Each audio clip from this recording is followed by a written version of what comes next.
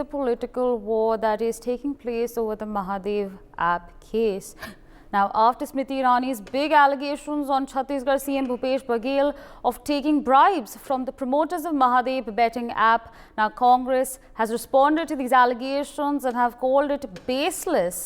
Earlier, ED had alleged Baghel of taking funds from the promoters of the app. As per ED, Bhupesh Baghel received a total of rupees 508 crores from the Mahadev betting app promoters based in the UAE. Let's in fact listen in to this war of words ahead of the polls. Congress सरकार आपको लूटने का कोई मौका नहीं छोड़ रही। इन्होंने तो महादेव के नाम को भी नहीं छोड़ा है।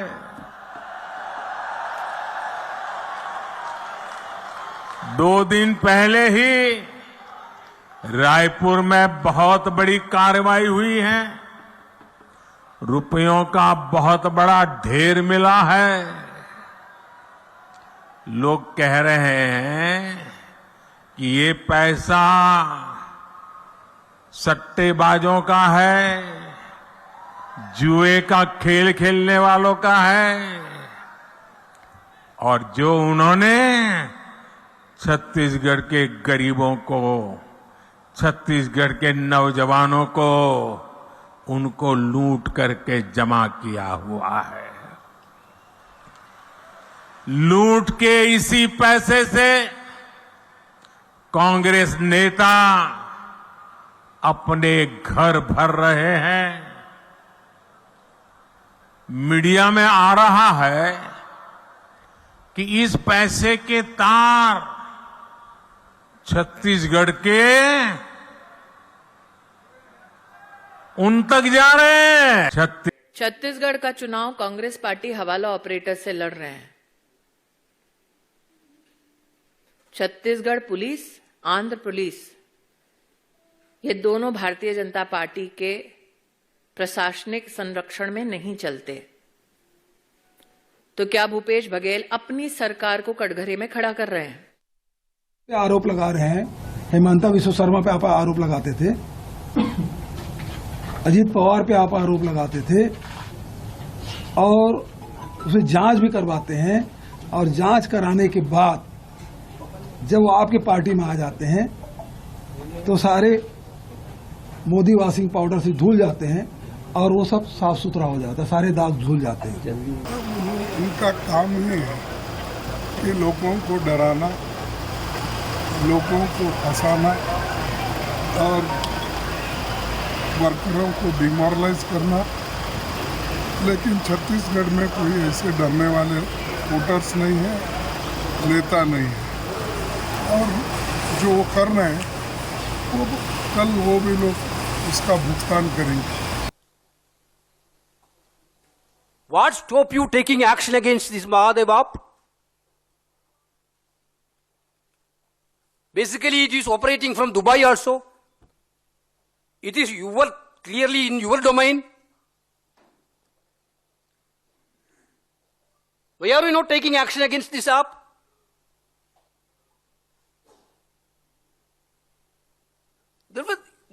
On the other side, our government, Chhattisgarh government, we can narrate you how many actions, how many cases, how many arrests we have done in Chhattisgarh on this issue. This is a clear-cut strategy to try to damage the image of Chhattisgarh Chief Minister. Chhattisgarh की police या कोई भी अधिकारी आपका कैसे हो सकता है? ये स्मृति ईरानी जी का हो सकता है। उनकी जो फासिस्टवादी मानसिकता है वो ये कह सकती है कि ये मेरा पुलिस है, मेरी ये है, मेरी ईडी है।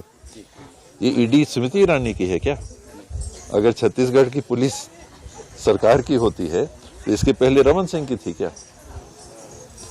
जब नान घोटाला सामने आया था, 36,000 करोड़ का नान घोटाला सामने आया था, तो क्या रमन सिंह की पुलिस ने रमन सिंह को बताया था? अधिकारी किसी का नहीं होता।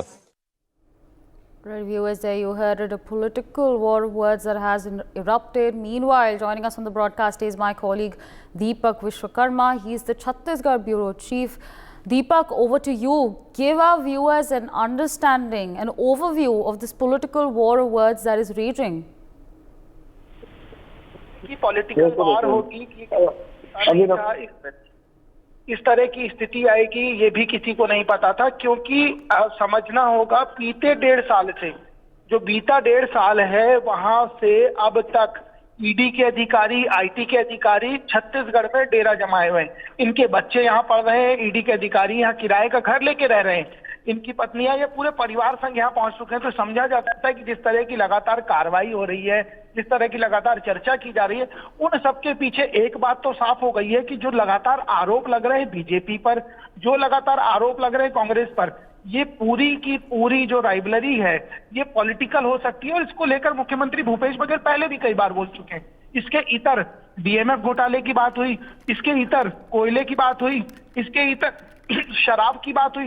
जब इन सब चीजों की बात हो रही है तो उस समय भी ईडी ने जो अपनी विज्ञप्ति जारी की थी उसमें छत्तीसगढ़ चीफ मिनिस्टर का जिक्र था, नाम नहीं था। लेकिन अब जब एक व्यक्ति पकड़ा गया असीम नाम का और उसके पास से 5.5 करोड़ के आसपास की जो रकम है, जो रसद है, वो बरामद हुई, तो उस समय ये कहा गया कि भाई साहब ये व्यक्ति कनेक्टेड है। इस व्यक्ति ने जानकारी दी है कि 508 करोड़ रुपए के आसपास सीएम बघेल को पॉलिटिकल फंडिंग दुबई के रास्ते देने की तैयारी थी, जिसकी एक खेप थी। इससे पहले ही, इस पूरे मामले से पहले एक दिन भूपेश बघेल ये बोल चुके हैं कि जो तमाम एजेंसियां यहाँ आ रही हैं और जो टुकड़ियां आ रही हैं सीआरपीएफ और तमाम चीजों की, इनके बक्से और इनकी जांच होनी चाहिए।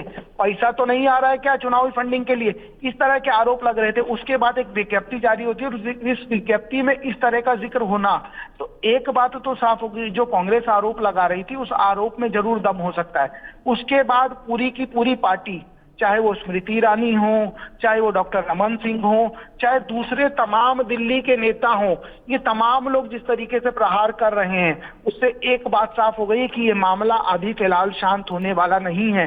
क्योंकि जब तमाम दूसरे घोटालों को लेकर केंद्रीय मंत्री यहाँ छत्तीसगढ़ का दौरा करते थे, उनसे पूछा जाता था कि साहब आप बार बार एक बात कर रहे हैं कि शराब घोटाले में दोषी हैं, दिल्ली से बड़ा घोटाला है, आपने उनको तो जेल भेज दिया, यहाँ क्या, तो वो ये कहते थे सब्र रखिए यहाँ भी होगा।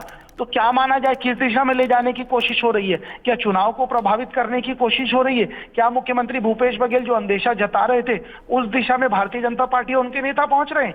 क्योंकि टीएस सिंहदेव अभी जो बयान दे रहे थे कि स्मृति ईरानी ने कहा हमारी ईडी हमारी पुलिस, तो नान घोटाला हुआ तो क्या रमन सिंह की पुलिस थी, रमन सिंह के अधिकारी थे? तो अब जो ये लड़ाई है, ये बैटल है, ये बैटल एक दूसरा ही रूप ले रही है। और भूपेश बघेल लगातार एक चीज की चर्चा कर रहे हैं कि मेरी और मेरी सरकार की छवि कर प्रयास किया जा रहा है। ये इसलिए भी हो सकता है, देखिए 15 साल डॉक्टर रमन सिंह की सरकार थी, यानी भारतीय जनता पार्टी की सरकार थी। वो सरकार 15 सीटों पर सिमट गई 15 साल का शासन करने के बाद, और उसके बाद भूपेश बघेल सत्ता में आते हैं, 71 सीटें लेके आते हैं। जब विधानसभा छोटा होता है तो आपको इतना बड़ा मैंडेट मिलना बहुत मुश्किल होता है, लेकिन इनकी योजनाएं, इनका काम, उसको नकारा नहीं जा सकता। बेशक तमाम आरोप लगे, लेकिन उसके इतर एक पहलू ये भी है कि ओबीसी चेहरे के रूप में भूपेश बघेल एक बड़ा चेहरा है कांग्रेस के पास।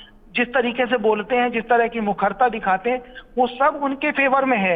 लेकिन अब उनकी काट नहीं मिल रही, छत्तीसगढ़ियावाद की काट नहीं मिल रही, तो ये तमाम कार्रवाई की जा रही है। अब उसके बाद स्मृति ईरानी हो, मनीष सिसोदिया हो, तमाम लोग इस पूरे मामले में जिस तरीके से बयानबाजी कर रहे हैं, जिस तरीके से बयान दे रहे हैं, और मुख्यमंत्री भूपेश बघेल खुद इस पूरे मामले को लेकर जिस तरह की चर्चा कर रहे हैं, उससे एक बात तो साफ हो गई है कि ये मामला फिलहाल थमने वाला नहीं है।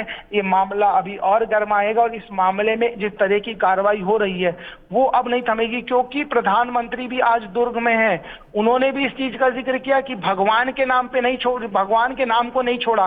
तो आप समझिए इस पूरे मामले को राजनीतिक रंग देने के साथ साथ अब धार्मिक रंग भी दिया जा रहा है कि जो महादेव बैटिंग ऐप है, उस बैटिंग ऐप के अंदर अब महादेव ईश्वर के नाम को भी जोड़ दिया गया है। स्मृति ईरानी ने भी उस चीज की चर्चा की है, उन्होंने भी उसका जिक्र किया है। इसके इतर मल्लिकार्जुन खड़गे वो भी छत्तीसगढ़ के दौरे पर हैं। जब उनसे पूछा गया तो उन्होंने कहा छत्तीसगढ़ की जनता बहुत सीधी है, वो इस तरीके के किसी भी बहकावे में किसी भी चीज को मानने वाली नहीं है। चाहे ये कुछ भी कर ले, ये कुछ भी कर ले, इनको इसका लाभ नहीं मिलेगा। और सबसे महत्वपूर्ण बात ये है कि स्मृति ईरानी ने तो सीधा सीधा ये भी कह दिया कि कांग्रेस को चुनाव खर्च के लिए पैसे दिए जाएं। असीम दास ने इस चीज को कबूला है कि पैसा महादेव ऐप के तहत अवैध सट्टेबाजी का है। असीम दास ने इस चीज को भी माना है कि Shubham Soni ji Deepak ji, I am so sorry to interject you, but अभी हमारे साथ जो जुड़ रहे हैं Akhilesh Pratap Singh ji, he is the Congress spokesperson. Good afternoon sir, and thank you so much for joining in on NewsX.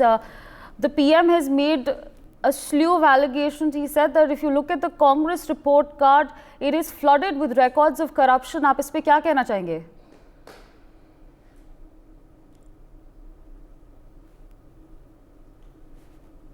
वो मैदान में आ जाती है और वही हो रहा है इस देश में। ये बीजेपी जो है, बीजेपी पार्टी और बीजेपी जो दिल्ली में सत्ता में है, ये तो ईडी की स्पोक्स पर्सन है। ये कोई पॉलिटिकल पार्टी ये लोग नहीं है, पॉलिटिकल पार्टी तो ईडी है। और उसके स्पोक्स पर्सन दिल्ली में जो केंद्रीय मंत्री हैं, जो सरकार में बैठे शीर्ष पदों पे हैं, वो लोग हैं। देखिए किस तरह से उसके बयान दे रहे हैं ईडी के बारे में, तो आप अंदाजा लगा सकते हैं कि क्या चल रहा है, किसके कौन कर रहा है, कौन मेन है। तो यहाँ पे लड़ाई जो है वो अब ईडी लड़ रही है, लेकिन कोई सफलता नहीं मिलने वाली। यहाँ की जनता में सबसे लोकप्रिय मुख्यमंत्री भूपेश बघेल जी हैं, उन्होंने काम किया है। बीजेपी सिर्फ अफवाह और रिमोर फैला करके और अपने ताकत के बल पे सोचती है कि वो सत्ता पालेगी, तो ये गलतफहमी है। बस उनका काम ईडी का प्रवक्तागिरी करते रहे। कितने मंत्री कूद करके ईडी की प्रवक्तागिरी कर रहे हैं, तो आप अंदाजा लगा लीजिए, समझ लीजिए। और बौखलाहट में है, हारे हुए हैं, ठीक है। अब कोई बीजेपी कहीं चुनाव नहीं जीतने वाली, इनके मुकद्दर में सिर्फ बौखलाहट ही बौखलाहट है। जी Akhilesh ji, with that I'd like to thank you for joining in on the broadcast and sharing your perspectives with our viewers. For more such videos, subscribe to the NewsX YouTube channel, hit the bell icon.